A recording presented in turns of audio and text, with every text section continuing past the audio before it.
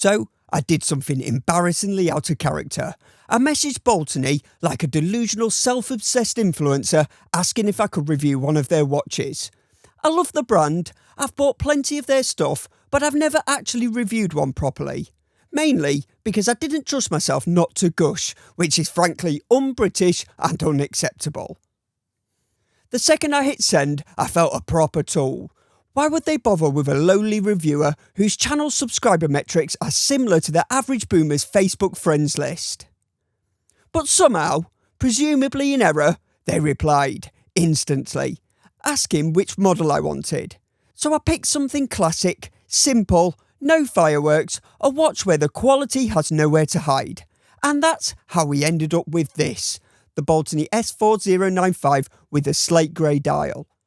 A clean, dressy sports watch that unashamedly nods to one of the most iconic watch lineages ever made, clearly without notifying its lawyer. Oh, and if this watch is your cup of tea, then please consider joining the Fully Lume membership for a chance to grab this and the rest of the giveaway chaos I dish out. Tap the join button to find out more, and while you're down there clicking things, a like and subscribe would help convince the algorithm I'm not shouting into the void. Thanks. The S4095 turns up in Baltany's signature leather watch wallet, a simple, tidy bit of packaging that somehow delivers more charm than half of the luxury unboxings from Switzerland.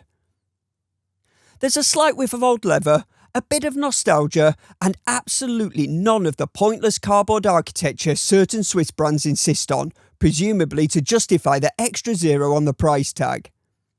And credit where it's due, Chinese brands have really started thinking outside the box, quite literally. A compact travel wallet that you'll actually use is far more helpful than another oversized display coffin designed to occupy shelf space and remind you just how easily marketing departments get carried away. Pulling the watch out and immediately you get a sense that this thing has been put together properly. Clean surfaces, tidy transitions, nothing rough or unfinished. The 36mm case looks sharp and balanced, the smooth bezel gives it a bit of polish without going overboard, and the grey dial has that subtle sunburst that catches the light just enough to make it interesting without being in your face. Everything looks aligned and everything looks intentional. There's nothing screaming budget compromise at first glance. Specs-wise, it's exactly what you'd expect from Baltany.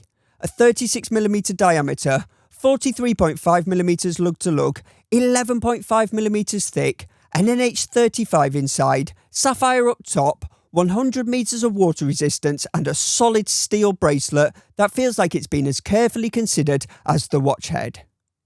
A straightforward, well-made bit of kit, nothing flashy, nothing sloppy, just a clean execution of a classic layout.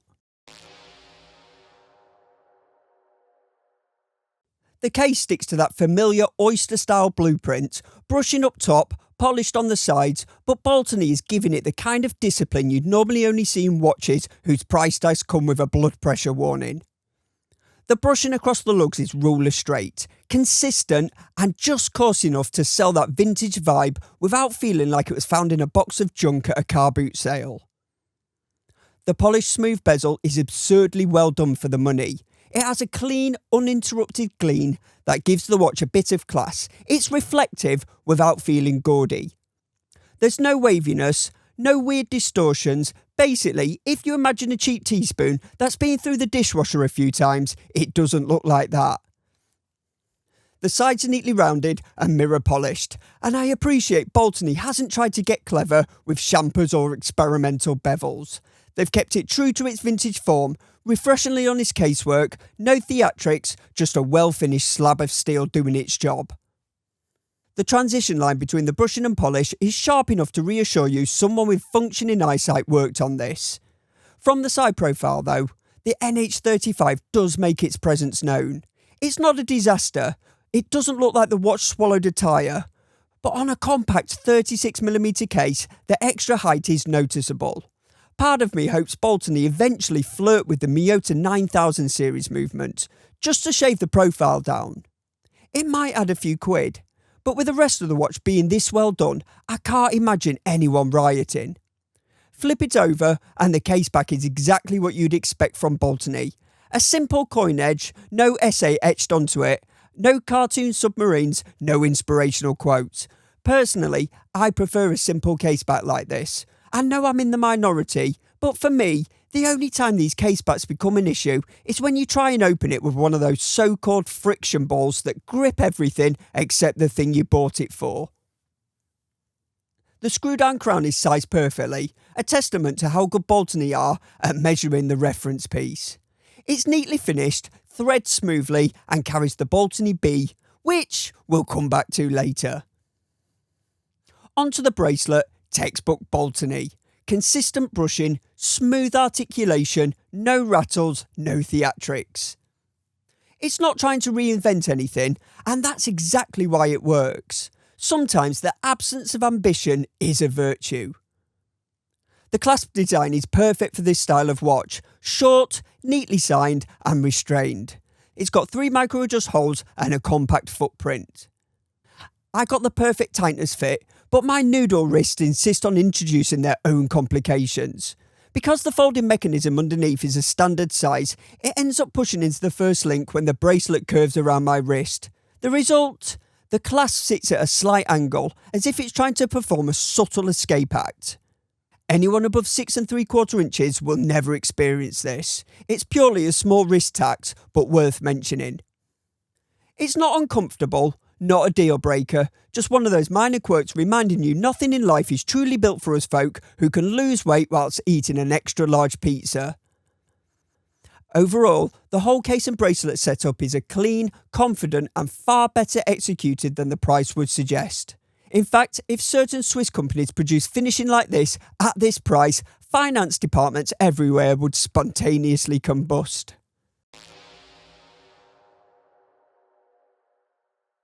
But the main attraction here is obviously that dial. That slate grey colour is the shade everyone chases when they're trying to evoke that well-known 36mm classic without getting sued into oblivion. And thankfully, Baltany haven't just got close, they've absolutely nailed the colour. The sunburst finishing is strong and clean, the way it catches the light is dangerously addictive. It's also nice seeing a simple sunburst dial again. For a couple of years, brands have shunned the sunburst finish and gone on a never-ending mission of trying to one-up each other with more and more elaborate texturing. Don't get me wrong, I love those too, but somehow the sunburst feels like a refreshing change. The rest of the dial keeps things simple but sharp. The applied stick markers are perfectly executed, polished cleanly and aligned properly, almost pristine under macro. The white minute track around the perimeter drags the watch back towards its sporty roots, preventing it from drifting into full dinner party dress watch territory. But now, the logo. The stylised B. It's nicely made, it's crisp, it's centred, and I think it just doesn't quite belong here. I don't hate it, it's just a touch too elegant for a sports watch. I get why Baltany use it, there's a very obvious space that needs filling on the reference piece, but honestly, a clean double batten at 12 would have looked more cohesive. It's not a deal breaker, just one of those nearly moments. Something I do appreciate though is the signed rehort. Baltany have written their name all the way around it, a detail nobody asked for, nobody needed, and yet here it is, looking great. It's one of those little details that sets Baltany apart. A detail only you will ever notice, but it's a nice touch. The hands follow the same formula as the markers. Baton style, polished extremely well, almost flawless for the price. Lume, however, is present. Technically. The hands have a whisper of lume. Each marker gets a tiny dot of photina that feels more decorative than functional. It glows a soft C2 green, briefly, but it'll be going home early long before you are. But honestly, nobody's buying this watch for nighttime visibility. The fact that it glows at all is already a victory. But now, on to the topic reviewers keep clutching their pearls over, the date window and its cyclops.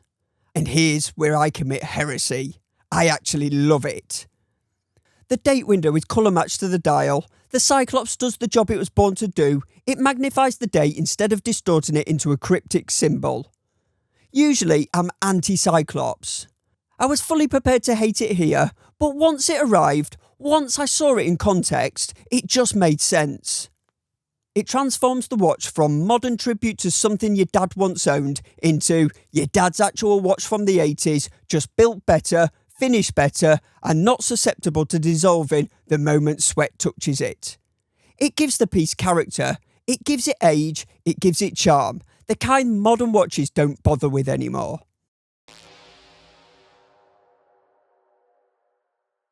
On the wrist, this is one of the few watches that actually fits my tiny wrist without looking out of proportion.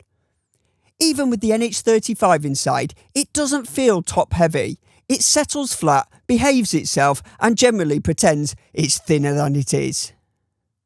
The bracelet is exactly as comfortable as Baltany bracelets usually are, and I somehow managed to get that elusive perfect fit. Smug enough to stay put, loose enough not to leave marks that look like you've spent a weekend with a dominatrix. The clasp, though, does sit at a slight angle. It's not dramatic, not uncomfortable, just a bit off when you notice it. And as I said earlier, this is a me problem. My Black Bay 58 does exactly the same thing, only worse. Still, if the folding mechanism were a couple of millimetres shorter, it would sit flush on pretty much anyone's wrist without making the watch impossible to fasten. It's not exactly a global injustice, but I'll happily file a complaint anyway. Minor gripe aside, this watch absolutely meets expectations. Classic Baltany finishing, solid build, a killer dial, and that old watch charm that people spend absurd amounts of money chasing in the vintage market. It's not flawless, but overall, I'm genuinely chuffed with it. Thanks for watching, please like and subscribe, and I'll catch you in the next one.